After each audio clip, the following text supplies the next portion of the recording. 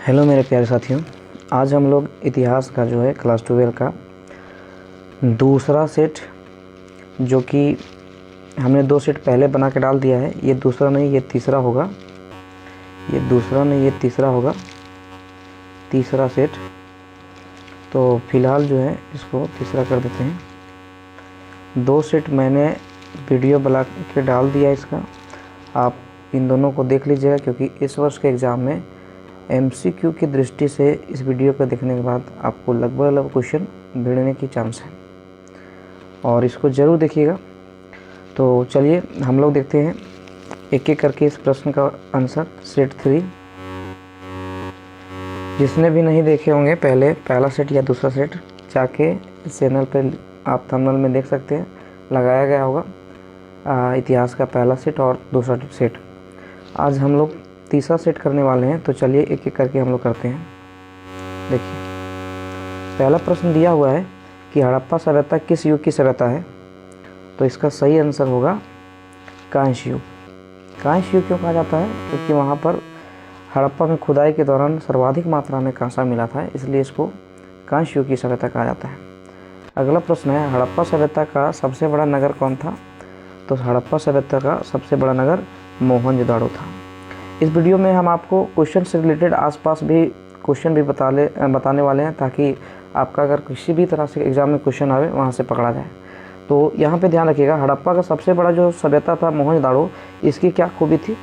इसकी खूबी थी कि इसी नगर में मिला है स्नानागार यानी नहाने वाला घर, और इसी नगर को कहा जाता है मुर्दों का टीला यानी मृतकों का टीला। हड़प्पा में मृतकों का टीला इसी नगर को कहा जाता है, यानी मृतकों का टीला। इसको याद रखिएगा। और एक दो बात और याद रखिएगा, क्योंकि यहाँ से क्वेश्चन पूछता है कि हड़प्पा में ही कांस्य की मूर्ति, नर्तकी मूर्ति मिला है। कांस्य की नर्तकी मूर्ति, इसको समझ लीजिएगा, कांसा का नर्तकी मूर्ति यहीं से मिला है, और एक सिर पुजारी का भी मूर्ति यहीं से मिला है। ये चारों प्रश्न इससे याद रखना है, क्योंकि यहाँ से काफ़ी बार एग्जाम में पूछा गया है। तो चलिए हम लोग आगे देखते हैं। प्रश्न नंबर तीसरा, भारतीय इतिहास का कौन सा काल स्वर्ण युग काल कहा जाता है? तो गुप्तों के समय को स्वर्ण युग काल कहा जाता है, याद रखिएगा। अगला प्रश्न है, पतंजलि महाभाष्य से किसकी जानकारी मिलती है? तो इसका सही आंसर होगा गुप्त काल की। अगला प्रश्न है, महाभारत की रचना किस भाषा में हुई थी? तो महाभारत की रचना जो हुई थी संस्कृत भाषा में, और किसने किया था? तो इसका सही आंसर होगा, महाभारत का रचना किसने किया था? तो वेद व्यास जी ने। इसको याद रखिएगा, वेद व्यास। चलिए आगे हम लोग देखते हैं। ऋग्वेद कालीन लोग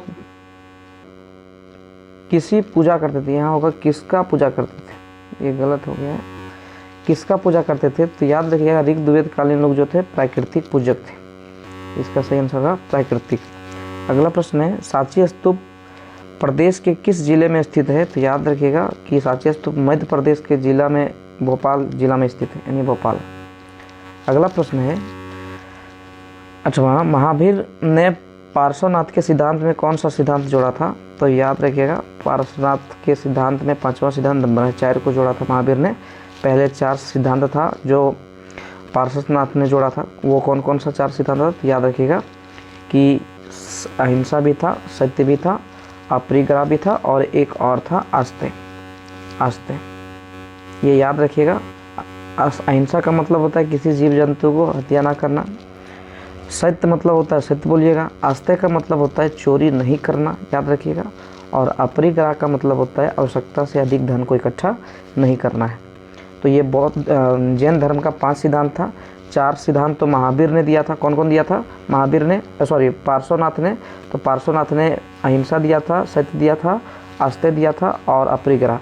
5वां सिद्धांत को लाया था महावीर ने। तो इसका सही आंसर होगा महावीर का ने 5वां सिद्धांत ब्रह्मचर्य को जोड़ा था। चलिए अगला देखते हैं, अस्सा राजकीय नियम किसने लागू किया था? तो इसका सही आंसर होगा चंगेज खान। अगला प्रश्न देखिएगा, तुजुक-ए जहांगीर का रचना किसने किया था?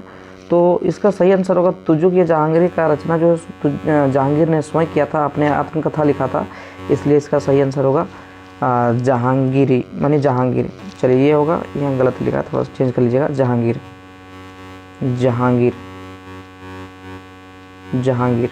चलिए आगे हम लोग देखते हैं। अकबर निम्नलिखित में से किस पर अधिकार नहीं कर सका? तो देखिए इनमें से सब पे किया था, केवल ये देखिएगा मेवाड़ जो था इस पर अकबर ने आक्रमण मतलब कब्जा नहीं कर पाया था। अगला क्वेश्चन है, आलमगीर के नाम से कौन सा मुगल बादशाह जाना जाता है? तो आलमगीर के नाम से औरंगजेब को कहा जाता है, आलमगीर औरंगजेब को कहा जाता है।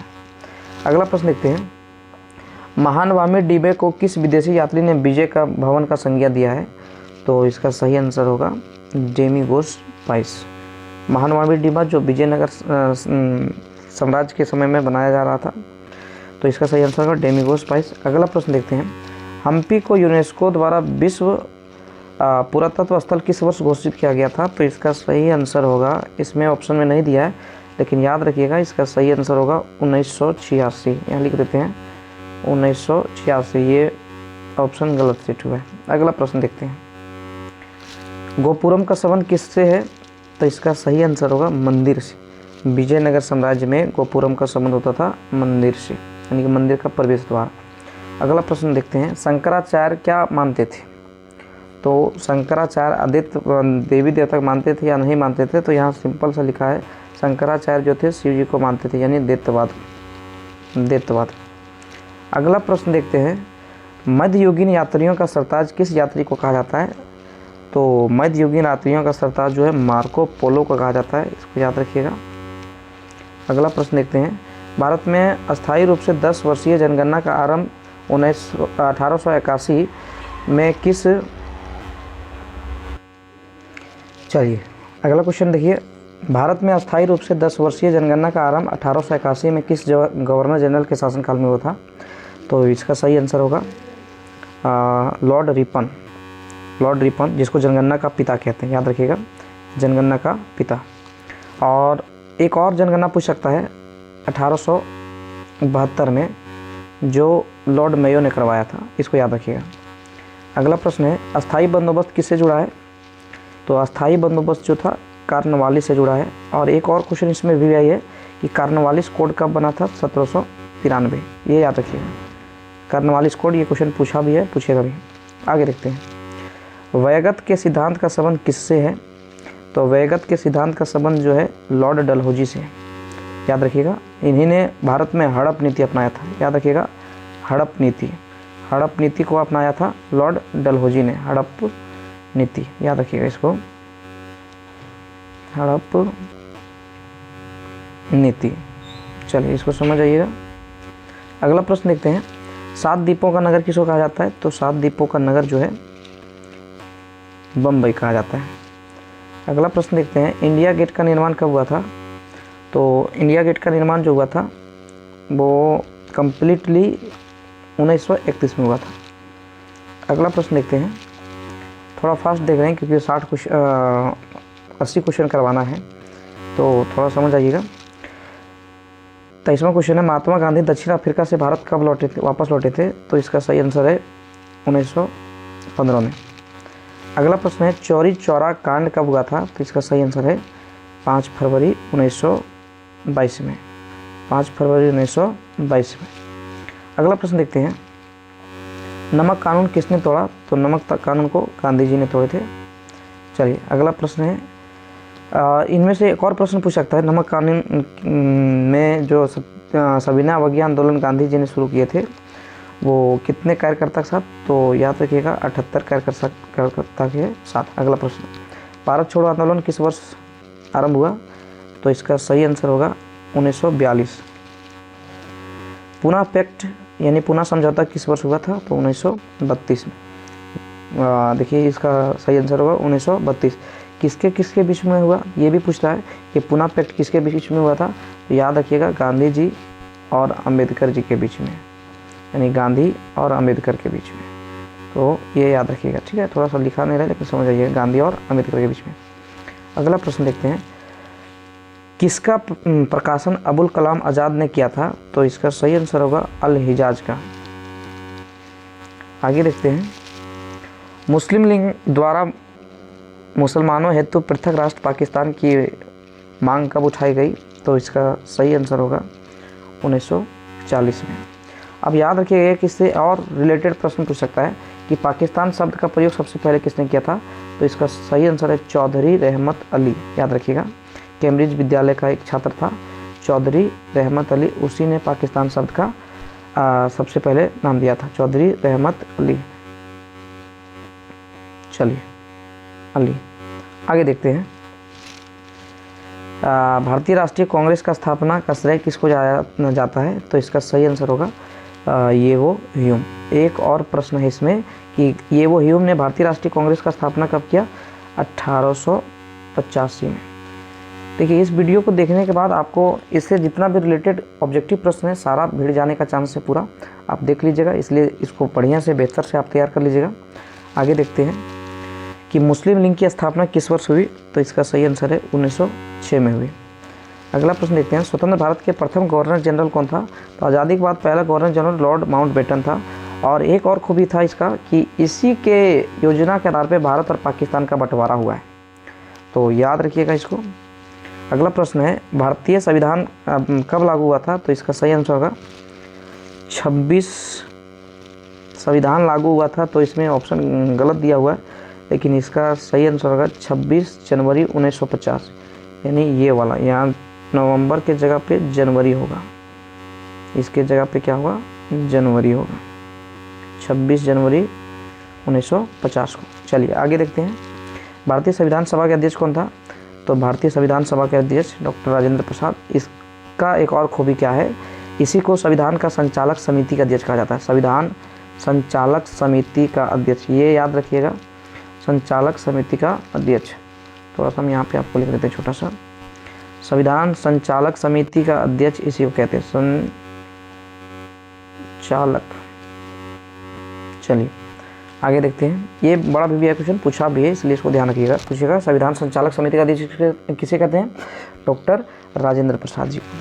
अगला प्रश्न है, संविधान सभा की बैठक में कितने सदस्य उपस्थित थे, तो इसका सही आंसर होगा, संविधान सभा की बैठक में कुल 389 सदस्य उपस्थित थे, लेकिन इनमें से ऑप्शन नहीं दिख रहा है, तो इसका सही आंसर मारिएगा इसमें सही 207 होना चाहिए, लेकिन यहाँ पे है नहीं, तो इसका सही आंसर होगा 210। ये देख लीजिएगा ऑप्शन को। आगे देखते हैं, भारतीय संविधान सभा का कैबिनेट मिशन के अंतर्गत किस वर्ष हुई। थोड़ा सा क्वेश्चन टेढ़ा मेढ़ा सेट किया है, लेकिन याद रखिएगा कैबिनेट मिशन का गठन जो है, ये क्वेश्चन पूछा है, ये 1946 में। अगला प्रश्न देखते हैं, भारतीय राष्ट्रीय कांग्रेस की प्रथम अधिवेशन की अध्यक्षता किसने की थी, तो इसका आंसर है, बहुत मोस्ट क्वेश्चन है ये, व्योमेश चंद्र बनर्जी। ये देखिएगा क्वेश्चन पूरा चांस रहेगा आने का। अगला देखते हैं, ब्रिटिश शासनकाल में भारत में धन प्रवाह का सिद्धांत, ये भी काफ़ी इंपॉर्टेंट है, तो धन प्रवाह का सिद्धांत दिया था दादा भाई नौरोजी ने। अगला प्रश्न है, भारतीय संविधान कब लागू हुआ, तो यहाँ पे गलत दे दिया, ऑप्शन तो दिया ही नहीं है, नाम दे दिया है, तो इसका सही आंसर होगा 26 जनवरी 1950। ये याद रखिएगा, यहाँ पे क्वेश्चन भारतीय संविधान कब लागू हुआ, 26 जनवरी 1950, ये मिसप्रिंट है। चलिए अब यहाँ पे देखिए, ये दिया हुआ सब्जेक्टिव प्रश्न, तो इसके लिए मैं अलग से वीडियो लेके आऊँगा, फिलहाल आप देख लीजिए सब्जेक्टिव प्रश्न क्या है। कल ये इसका वीडियो आपको मिल जाएगा। मोहनजोदाड़ो का अर्थ क्या होता है, तो मृतकों का टीला। अष्टध्यायी ग्रंथ किसके द्वारा लिखा गया, तो पुरानी द्वारा। तो फिलहाल ये अभी नहीं बता रहे हैं, क्योंकि सब्जेक्टिव का कल हम लाएंगे, तो फिलहाल हम ऑब्जेक्टिव ही आज करवाएंगे। तो क्वेश्चन देख लीजिए कि ये क्वेश्चन आपका सेट किया हुआ है, ये क्वेश्चन आपका सेट किया हुआ है, फिलहाल इसको आप देख लीजिएगा, और अगर आंसर जानते होंगे तो इसको ज़रूर प्रैक्टिस कीजिएगा। एक बार पुनः देख लीजिए कि यहाँ पे दिया हुआ है 2 नंबर का, ये वाला मोहनजोदाड़ो का क्या होता है, अष्टध्यायी ग्रंथ किसने लिखा था, मौर्य प्रशासन को कितने भागों में बांटा गया था। तो ये फिलहाल इसका वीडियो आपको कल मिल जाएगा, आज हम ऑब्जेक्टिव केवल करवाएंगे। आज क्वेश्चन देख लीजिए, अगर आपको आता होगा तो इसको बढ़िया से कवर कर लीजिएगा, तैयार कर लीजिएगा। और ये 5 नंबर में दिया हड़प्पा सभ्यता नगर नियोजन, तो इसमें से आप बताना है आपको भवन निर्माण, नली व्यवस्था और सड़क व्यवस्था के बारे में, नगर के बारे में, और मौर्य साम्राज्य के इतिहास के बारे में बताना है आपको, बुद्ध के जीवनी और उपदेश के बारे में बताना है। फिलहाल इसका वीडियो हम कल देंगे। और सूफी आंदोलन पर प्रकाश डालें, संविधान निर्माता सभा पर विस्तृत चर्चा दीजिए, इसका वीडियो आपको मिल जाएगा कल। फिलहाल आज ऑब्जेक्टिव जो है सारा कर लेते हैं, और एक रिक्वेस्ट होगा कि मेरे चैनल पर अगर आप नए होंगे तो इस चैनल को ज़रूर सब्सक्राइब कीजिएगा और अपने दोस्तों के साथ शेयर कीजिएगा। चलिए हम लोग आ जाते हैं तीसरा मॉडल यानी कि हमारी नज़र में चौथा होगा, क्योंकि हमने 3 गो लगभग कवर कर दिया। 2 ठो पहले डाले, आज एक अभी ऊपर बना दिए, और ये अभी जो बनाएंगे फिलहाल ये चौथा होगा। तो चलिए हम लोग देखते हैं कि करके। पहला प्रश्न ये, हड़प्पा सभ्यता का स्वरूप क्या था? तो हड़प्पा सभ्यता का स्वरूप जो था शहरी था। ग्रामीण किसका था? तो आर्यों का सभ्यता ग्रामीण था। एक चीज़ याद रखिएगा, जो वीडियो हम बताते जा रहे हैं, क्योंकि काफ़ी क्वेश्चन जो इसमें इंपॉर्टेंट है, आगे पीछे जो भी वीडियो बता रहे हैं उस पर ज़्यादा फोकस कीजिएगा, क्योंकि वहाँ से आने का चांस पूरा रहेगा। अगला प्रश्न है, गुजरात राज्य के कच्छ जिले में स्थित सुतकोतरा की सर्वप्रथम खोज किसने किया था? तो इसका सही आंसर होगा गजपति जोशी। अगला प्रश्न देखते हैं, एलोरा मंदिर के कैलाश मंदिर का किस राजवंश ने, क्वेश्चन थोड़ा सा मिसप्रिंट किया लेकिन है कि एलोरा में मंदिर में कैलाश मंदिर को किस राजवंश ने बनवाया था? तो याद रखिएगा, इसको राष्ट्रकूट ने बनवाया था, यानी कि कैलाश मंदिर का संबंध राष्ट्रकूट से है। अगला प्रश्न देखते हैं, किस शिलालेख से अशोक द्वारा कलिंग विजय का पता चलता है? तो कल भी हमने बताया था वीडियो में कि कलिंग विजय का चर्चा अशोक का 13वां अभिलेख में हुआ है, और 13वां अभिलेख कहाँ मिला है? जूनागढ़ में। याद रखिएगा, जूनागढ़। और पूछे आपसे कि कलिंग युद्ध कब हुआ था, क्योंकि पूछा भी है क्वेश्चन, तो याद रखिएगा कलिंग युद्ध 261 ईसा पूर्व, ये याद रखिएगा। चलिए आगे देखते हैं, थोड़ा सा लिखा नहीं रहा है लेकिन आप समझ जाइएगा। अगला प्रश्न जो दिया हुआ है आपका, भूमिदान का उल्लेख किसके अभिलेख में मिलता है? तो भूमिदान का उल्लेख जो है यहाँ पे हमको दिया आंसर डाउट लग रहा है, क्योंकि भूमिदान का सर्वप्रथम उल्लेख सतवाहनों के समय में मिला है। तो यहाँ पे लिख देते हैं, देख लीजिएगा अगर ऑप्शन होगा सतवाहनों ने भूमि दान का प्रथा चलाया था, उसी का अभिलेख में मिलता है। चलिए अगला प्रश्न है, महाभारत कालीन समाज क्या था? तो महाभारत का समाज जो था पितृसत्मक था, यानी कि उसमें पिता का प्रधानता था। और हड़प्पा क्या था कि हड़प्पा जो था, जो हड़प्पा पढ़िएगा उसमें मार्तसात्मक था। चलिए आगे देखते हैं, नाथ मुनि का संबंध किस धर्म से है? तो नाथ मुनि बौद्ध धर्म से है। अगला प्रश्न देखते हैं, बौद्ध धर्म के ग्रंथ क्या है? तो बौद्ध धर्म का ग्रंथ जो है पिटक है, यानी त्रिपिटक है, ये वाला याद रखिएगा। अगला प्रश्न देखते हैं, अशोक ने बौद्ध परंपरा में कितने स्तूप बनवाए थे? तो इसका सही आंसर होगा 84,000। आगे देखते हैं, किस यात्रियों का राजकुमार कहते हैं? तो याद रखिएगा हेवेंगसंग। ये पूछेगा हेवेंगसंग किसके समय में आया था भारत? तो ये हर्षवर्धन के शासनकाल में आया था। ये चीनी यात्री था हर्षवर्धन, याद रखिएगा हर्षवर्धन के शासनकाल में हेवेंगसंग जो था वो भारत आया था, ये चीन का था। चलिए आगे हम लोग देखते हैं, रहेला कौन था? तो रहेला लेखक कौन था? तो यानी कि किताब उल रहेला। तो याद रखिए, किताब उल रहेला को इब्न बतूता ने लिखा है। लेकिन अगर प्रश्न में पूछे किताब उल हिंद का रचना किसने किया था? तो इसका सही आंसर होगा, पूछिएगा भी, अल बरूनी। ये देख लीजिएगा, ये किताब उल रहेला है और यहाँ पूछेगा किताब उल हिंद। किताब उल हिंद अगर पूछे तो अल बरूनी, और रहेला पूछे तो इब्न बतूता। चलिए अगला प्रश्न देखते हैं, निम्नलिखित में से कौन सा कथन सही है? तो निम्नलिखित में से कौन सा कथन सही है? चलिए ये बहुत बढ़िया क्वेश्चन है, इसका आंसर आप डिस्क्रिप्शन में दीजिएगा, तो ये आपके ऊपर छोड़ देते हैं। फिलहाल आगे देखते हैं, भक्ति आंदोलन को दक्षिण भारत से उत्तर भारत में लाने का श्रेय दिया जाता है, किसको दिया जाता है? तो भक्ति आंदोलन का श्रेय दिया जाता है रामानंद जी को। चलिए अगला देखते हैं, रामानंद। और एक प्रश्न जिसे और पूछ सकता है कि रामानंद का ही शिष्य था कबीर, तो पूछेगा आपसे कि कबीर का गुरु कौन था? तो याद रखिएगा रामानंद। अगला प्रश्न देखते हैं, किस शिव संत का तवरम नामक संकलन है? तो तवरम नामक संकलन जो है, तवरम नामक, इसका भी ऑप्शन हमको डाउट लग रहा है, ये ऑप्शन सही तो दिया नहीं है। फिलहाल अगर आपके पास इसका आंसर होगा तो जवाब दीजिएगा।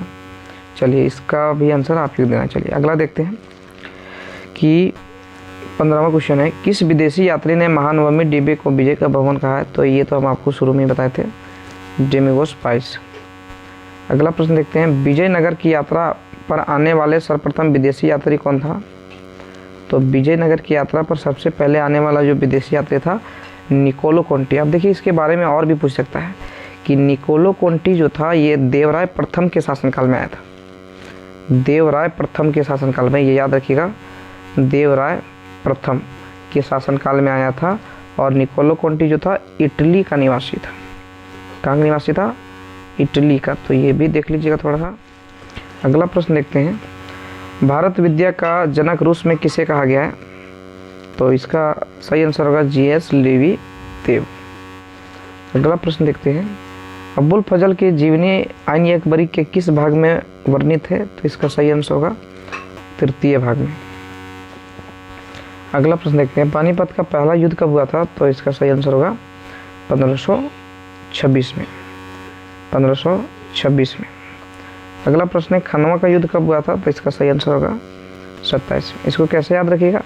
मेहमान नवाजी में आप जानते हैं कि पहले पानी फिर खाना, यानी कि 26 में पानीपत का युद्ध, फिर 27 में खनवा का। और ये पानीपत का पहला युद्ध था। लेकिन अगर मान लीजिए आपसे पूछ दिया पानीपत का दूसरा युद्ध कब हुआ था, ये पहला है, तो दूसरा भी याद रखिएगा 1556 में। 1556 में।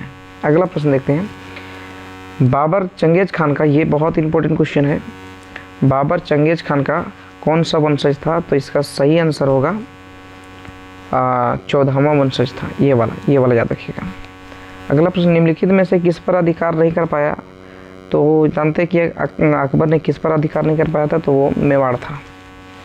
अगला प्रश्न है, फतेहपुर सीकरी को राजधानी, ये भी काफ़ी इंपॉर्टेंट है, ये भी क्वेश्चन पूछा भी गया है। तो फतेहपुर सीकरी को राजधानी जो है अकबर ने बनाया था। आगे देखते हैं, भूमि का स्वामी रैयतबाड़ी व्यवस्था में कौन होता था? तो रैयतबाड़ी व्यवस्था में भूमि का स्वामी जो होता था वो किसान होता था। ये देखिए। अगला प्रश्न है, मुंडा विद्रोह का नेता कौन था? तो मुंडा विद्रोह का नेता बिरसा मुंडा। अगला प्रश्न है, 1 जुलाई 1857 में सागर विद्रोह का आरंभ किसने किया था? तो इसका सही आंसर है शेख रमजान ने। शेख रमजान ने। अगला प्रश्न देखते हैं, 1857 की क्रांति से पूर्व अफवाहें फैल रही थी। क्या अफवाहें फैल रही थी? कि पहला ऑप्शन दिया हुआ है कि कारतूसों में गाय और सुअर की चर्बी थी, जी ये अफवाह था। घी आटा शक्कर में गाय और सुअर की हड्डियों का चूरा मिला, तो ये भी अफवाह था। और गाँवों में चायपत्ती और छावनी में कमल फूल भेजे जा रहे थे, ये भी अफवाह था। तो इसका सही आंसर क्या होगा? ये उक्त में से सभी, यानी उपरोक्त में से सभी। चलिए अगला देखते हैं, 1857 की क्रांति का आरंभ कब हुआ था? तो याद रखिएगा इस क्रांति का आरंभ हुआ था 10 मई। देखिए, और इसमें एक और प्रश्न पूछिए कि देखो क्रांति का जो आरंभ हुआ 10 मई, लेकिन तिथि निर्धारित की गई थी 31 मई। और कहीं ना कहीं 31 मई, और 31 मई से पहले ये लोग क्या किया था कि क्रांति कर दिया था, यानी कि 10 मई। तो कहीं ना कहीं 1857 की असफलता के पीछे यह भी जिम्मेदार था कि क्रांति से पहले क्या हो गया कि तिथि निर्धारित से पहले क्रांति आरंभ हो गई। अगला प्रश्न देखते हैं, क्योंकि ये भी इंपॉर्टेंट क्वेश्चन है कि 1857 की असफलता के कारण बताना है आपको। अगला प्रश्न देखते हैं, किस सन में वास्को डी गामा भारत पहुंचा? तो इसका सही आंसर होगा, किस सन में वास्को डी गामा भारत पहुंचा था? तो 20 मई 1498। ये पहला पुर्तगाली था जो भारत आया था। अगर आपसे पूछेगा भी भारत आने वाला पहला यूरोपियन कौन था? तो पुर्तगाली था, याद रखिएगा। अगला प्रश्न है, 1854 में सूती वस्त्र का प्रथम मिल का शुरुआत किसने किया था? तो इसका सही आंसर होगा, किसने किया था? तो इसका सही आंसर होगा फोर्ट सेंट डेविड। अगला प्रश्न देखते हैं, किस राज्य का संबंध चंपारण से है? तो चंपारण में जानते हैं कि बिहार राज्य का संबंध चंपारण से है। अगला प्रश्न, दिल्ली चलो का नारा किसने दिया था? सुभाष चंद्र बोस ने। अगला प्रश्न देखते हैं, आज़ाद हिंद फौज का गठन कहाँ पर हुआ था? तो इसका सही आंसर होगा सिंगापुर में। किसने किया था? सुभाष चंद्र बोस ने। अगला प्रश्न देखते हैं, निम्न में से कौन भारतीय राष्ट्रीय कांग्रेस के संस्थापक थे? तो भारतीय राष्ट्रीय कांग्रेस के संस्थापक ये वो ह्यूम थे। कब किए थे? हमने आपको बताया था 1885 में। याद रखिएगा, थोड़ा सा इसको मिटा देते हैं, लिख देते हैं। ये वो ह्यूम ने 85 में, तिथि भी याद रखिएगा। आगे देखते हैं, भारतीय राष्ट्रीय कांग्रेस की प्रथम महिला अध्यक्ष कौन थी? तो इसका सही आंसर होगा सरोजिनी नायडू। अगला प्रश्न देखते हैं, मुस्लिम लीग द्वारा मुक्ति दिवस कब मनाया गया? तो इसका सही आंसर होगा 22 दिसंबर 1939। ये थोड़ा सा तिथि गड़बड़ाएगा, इसलिए ध्यान रखिएगा, 22 दिसंबर 1939। त्रिपुरी अधिवेशन में सुभाष चंद्र बोस ने किसको हराया? तो याद रखिएगा, पट्टामी सीतारमैया को हराए थे। ये वाला ऑप्शन सही होगा। अगला देखते हैं, प्रारूप समिति का अध्यक्ष किसको कहा जाता है? तो रंग रूप देने वाला आदमी जो था डॉक्टर भीमराव अम्बेडकर। अगला प्रश्न देखते हैं, पुणे समझौता कब हुआ था? तो इसका सही आंसर होगा 24 सितंबर 1932 को, यानी गांधी और अम्बेडकर के बीच। अगला प्रश्न है, भारतीय संविधान के अनुसार संप्रभुता किस में निहित है? तो संप्रभुता जो है वो संविधान में निहित है। तो चलिए फिलहाल इस प्रकार हमने क्वेश्चन जो है 160 प्रश्न कर लिए, और 160 प्रश्न को देखने के बाद इससे आपका काफ़ी क्वेश्चन मिल जाएगा। इसको ज़रूर आप देखिएगा और इसको अपने दोस्तों के साथ भी शेयर कीजिएगा। और फिलहाल कल वेट कीजिए, क्योंकि कल आपको मिल जाएगा इसका सब्जेक्टिव प्रश्न। जितना भी है देखिए सब्जेक्टिव प्रश्न, ये सब का आंसर आपको कल मिलने वाला है। बहुत बेखूबी ढंग से मिलेगा, पूरा समझा कर दिया जाएगा। ठीक है, ये सब प्रश्न है, आप देख लीजिए। अगर जानते होंगे तो इसको तैयार करके ज़रूर रखिएगा। ये सब प्रश्न है, देख लीजिए। ठीक है, धन्यवाद।